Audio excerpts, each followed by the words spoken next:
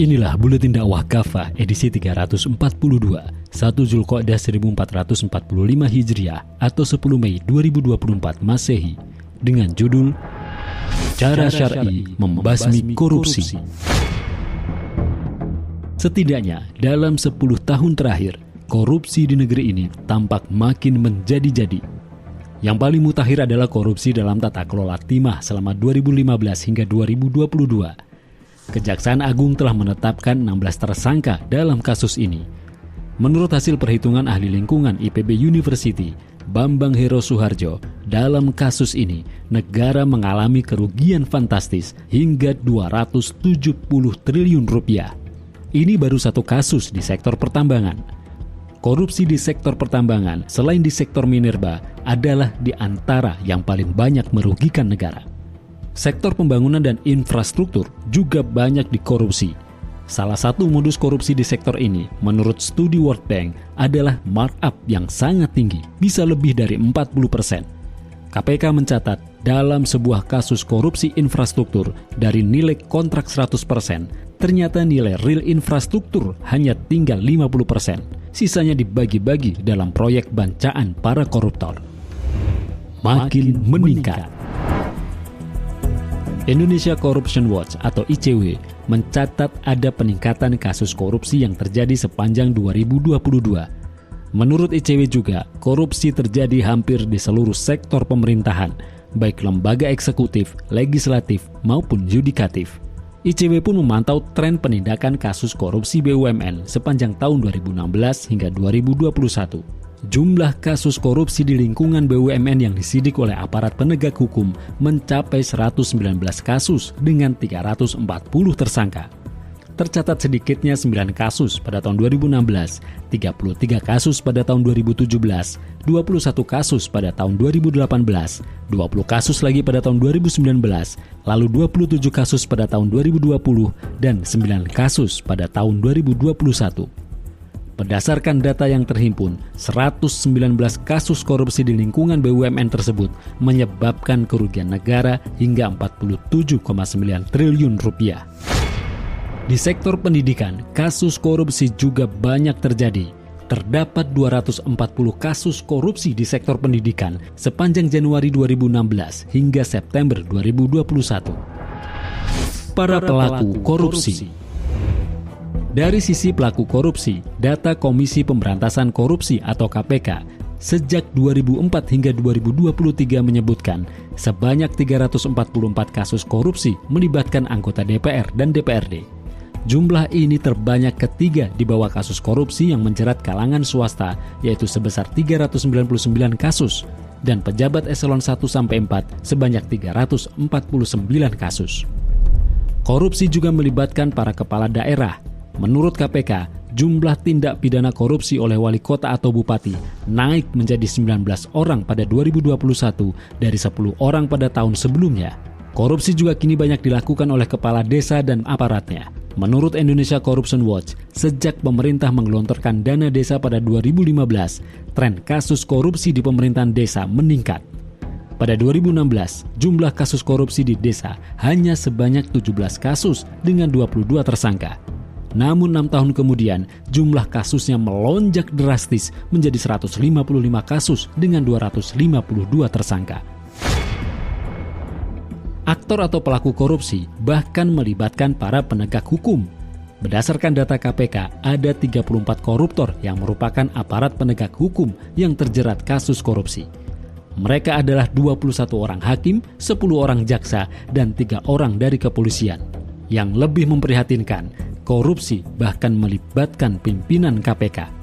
Ketua KPK, Firly Bahuri, telah ditetapkan sebagai tersangka oleh Polda Metro Jaya dalam kasus pemerasan terhadap tersangka korupsi di Kementerian Pertanian, Syahrul Yassin Limpo. Di sisi lain, sebanyak 78 orang pegawai KPK juga terlibat kasus pungli di rumah tahanan KPK. Faktor utama. Faktor utama penyebab korupsi saat ini sebenarnya berpangkal dari ideologi yang diterapkan di negeri ini, yaitu kapitalisme sekuler. Faktor ideologis tersebut terwujud dalam nilai-nilai yang dianut oleh masyarakat kini yang berkiblat pada barat, seperti nilai kebebasan dan hedonisme. Korupsi merupakan salah satu kerusakan akibat paham kebebasan dan hedonisme ini. Tentu tak boleh diabaikan adanya faktor lainnya. Setidaknya ada 3 faktor lain. Pertama, faktor lemahnya karakter individu. Misalnya individu yang tak tahan godaan uang suap. Kedua, faktor lingkungan atau masyarakat. Seperti adanya budaya suap atau gratifikasi yang berawal dari inisiatif masyarakat. Ketiga, faktor penegakan hukum yang lemah. Misal adanya sikap tebang pilih terhadap pelaku korupsi, serta sanksi bagi koruptor yang tidak menimbulkan efek jera. Membasmi korupsi.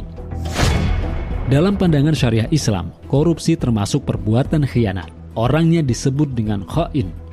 Korupsi adalah tindakan pengkhianatan yang dilakukan seseorang, yaitu menggelapkan harta yang memang diamanatkan kepada dirinya.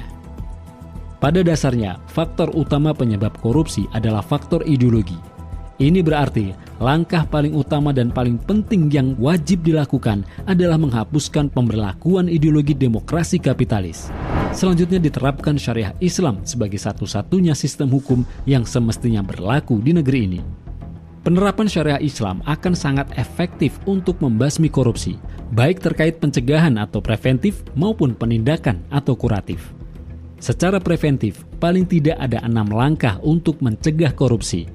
Pertama, rekrutmen SDM aparat negara wajib yang amanah serta berdasarkan profesionalitas dan integritas, bukan berdasarkan koneksitas atau nepotisme.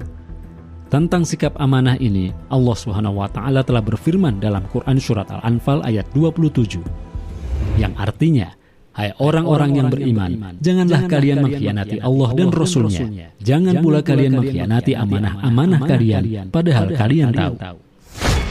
Di antara sekian banyak amanah, yang paling penting adalah amanah kekuasaan. Rasulullah SAW bersabda, pemimpin yang memimpin rakyat adalah pengurus dan dia bertanggung jawab atas rakyat yang dia urus. Hadis riwayat Al-Bukhari. Lalu terkait profesionalitas dan integritas, Rasulullah antara lain pernah bersabda, jika urusan diserahkan kepada yang bukan ahlinya, maka tunggulah hari kiamat. Hadis riwayat Bukhari. Kedua, negara wajib melakukan pembinaan kepada seluruh aparat dan pegawainya. Rasulullah SAW mencontohkan hal itu. Tidak ada yang meragukan ketakwaan sahabat Mu'adz bin Jabal radhiyallahu an. Namun tatkala Rasulullah SAW mengutus Mu'adz ke Yaman menjadi amil atau kepala daerah tingkat bupati dan ia sudah dalam perjalanan, Rasulullah SAW memerintahkan seseorang untuk memanggil Mu'adz agar kembali. Lalu Rasulullah bersabda kepada Mu'adz, janganlah kamu mengambil sesuatu tanpa izinku, karena hal itu adalah ghulul atau khianat. Siapa saja yang berkhianat, pada hari kiamat ia akan datang membawa apa yang dikhianatinya itu. Karena inilah aku memanggilmu. Sekarang pergilah untuk melakukan tugasmu. Hadis riwayat At-Tirmizi dan At-Tabrani. Ketiga, negara wajib memberikan gaji dan fasilitas yang layak kepada aparatnya. Nabi SAW bersabda, siapa saja yang bekerja untuk kami, tetapi tak punya rumah, hendaklah dia mengambil rumah. Jika tak punya istri, hendaklah ia menikah. Jika tak punya pembantu atau kendaraan, hendaklah ia mengambil pembantu atau kendaraan. Hadis riwayat Ahmad. Keempat, Islam melarang menerima suap dan hadiah bagi para aparat negara. Rasulullah SAW bersabda, siapa saja yang kami angkat untuk satu tugas dan telah kami tetapkan pemberian gaji untuk dia, maka apa yang dia ambil setelah itu adalah harta ghulul. Hadis riwayat Abu Daud dan Al-Hakim. Tentang hadiah kepada aparat pemerintah, Nabi SAW bersabda, hadiah yang diberikan kepada para penguasa adalah sud atau haram, dan suap yang diterima hakim adalah kekufuran. Hadis riwayat Ahmad. Berdasarkan ini, harta yang diperoleh aparat, pejabat, dan penguasa selain pendapatan gaji yang telah ditentukan, apapun namanya, entah itu hadiah, fee, pungutan, suap, dan sebagainya, merupakan harta ghulul dan hukumnya haram. Kelima, Islam memerintahkan untuk melakukan perhitungan kekayaan bagi aparat negara.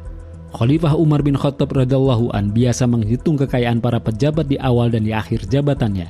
Jika Umar radhiyallahu an mendapati kekayaan seorang wali atau amil bertambah secara tidak wajar, beliau meminta pejabat tersebut menjelaskan asal-usul harta tambahan tak wajar tersebut. Jika penjelasannya tidak memuaskan, kelebihannya akan disita atau dibagi dua, separuhnya diserahkan ke Baitul Mal. Hal ini pernah beliau lakukan kepada Abu Hurairah, Utbah bin Abu Sufyan, juga Ammar bin Ash. Keenam, pengawasan oleh negara dan masyarakat. Pemberantasan korupsi tentu akan menjadi lebih sempurna jika disertai dengan kontrol dari masyarakat, khususnya para ulama. Adapun secara kuratif, maka membasmi korupsi dilakukan dengan cara penerapan sanksi hukum yang tegas dan tanpa tebang pilih. Dalam Islam, hukuman untuk koruptor masuk kategori takzir, yaitu hukuman yang jenis dan kadarnya ditentukan oleh hakim atau penguasa. Bentuk sanksinya bisa mulai dari yang paling ringan seperti teguran dari hakim, bisa berupa penjara, pengenaan denda, atau pengumuman pelaku di hadapan publik atau media massa. Bisa juga hukuman cambuk, hingga sanksi yang paling tegas yaitu hukuman mati. Berat ringannya hukuman takzir ini disesuaikan dengan berat ringannya kejahatan yang dilakukan.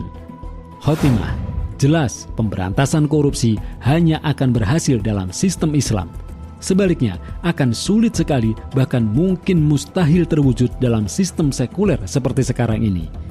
Alhasil, upaya penegakan syariah Islam secara menyeluruh dan total di negeri ini harus segera diwujudkan.